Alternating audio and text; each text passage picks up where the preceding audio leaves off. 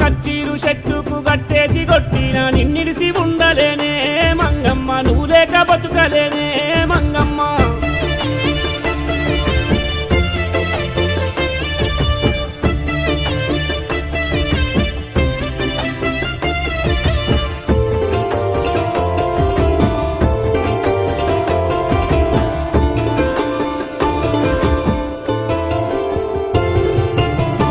వస్తివి గాని రో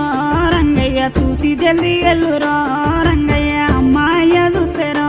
రంగయ్య అనుమానం వస్తది రో